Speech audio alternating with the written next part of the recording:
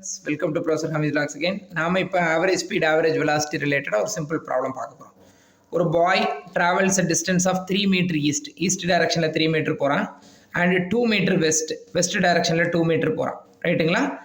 அதனுடைய time period பார்த்தீங்கன்னா 3 meter போகிறதுக்கு 2 செகண்ட் ஆகுது, 2 meter போகிறதுக்கு 3 செகண்ட் ஆகுது. ஃபைண்ட் த ஆவரேஜ் ஸ்பீட் கேட்குறோம்.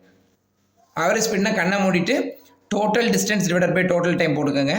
டோட்டல் டிஸ்டன்ஸ் அப்படிங்கிறது இது 3 மீட்டர் இருக்குது, இது ஒரு 2 மீட்டர் இருக்குது. அப்போ 3 + 2 5 மீட்டர் ஆயிடும். அதுமாதிரி டோட்டல் டைம் 2 seconds + 3 seconds 2 + 3 5 செகண்ட் ஆயிடுது. ஸோ டோட்டலாக 5/5 போட்டோம்னா 1 மீட்டர் per செகண்ட் ஆயிடும். ஸோ ஆவரேஜ் வெலாசிட்டி அப்படின்னு கேட்டிங்கன்னா total displacement divided by total time taken. உங்களுக்கு ஏற்கனவே தெரியும், இது 3 மீட்டர் ஈஸ்ட்டு, அதே மாதிரி இது ஆப்போசிட் டைரக்ஷனில் 2 மீட்டர் வெஸ்ட்டு.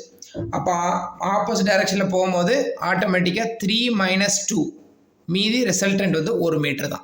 ஸோ 1 மீட்டர் தான் என்னது resultant displacement. So total displacement வந்து 1 metre divided by total time. Total time பார்த்தீங்கன்னா இது 2 செகண்டு, இது 3 second, 2 + 3 5 second. So 1/5 metre per second. So இதை ஈஸியாக நீங்கள் சால்வ் பண்ணிடலாம். தேங்க்யூ.